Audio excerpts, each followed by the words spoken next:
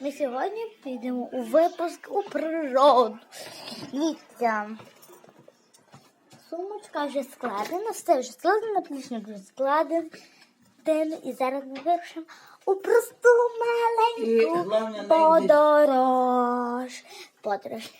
Зараз ми закриємо оченятка і вирушимо в подорож.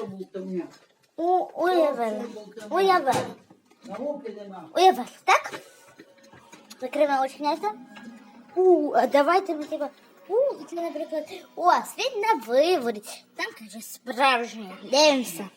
Світ на виворі продовжує дивовижну експедицію до найщасливішої країни світу. Ми будемо відчиняти зачинені світи.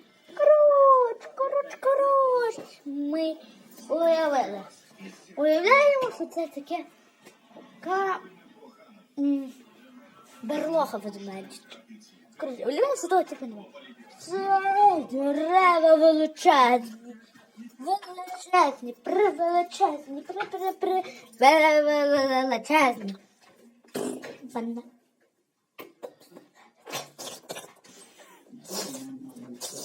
Ну все, ми в подорож вирішили і тепер ми повернулися додому. До побачення, мої любі підписи. І не забудьте підписати на мій канал.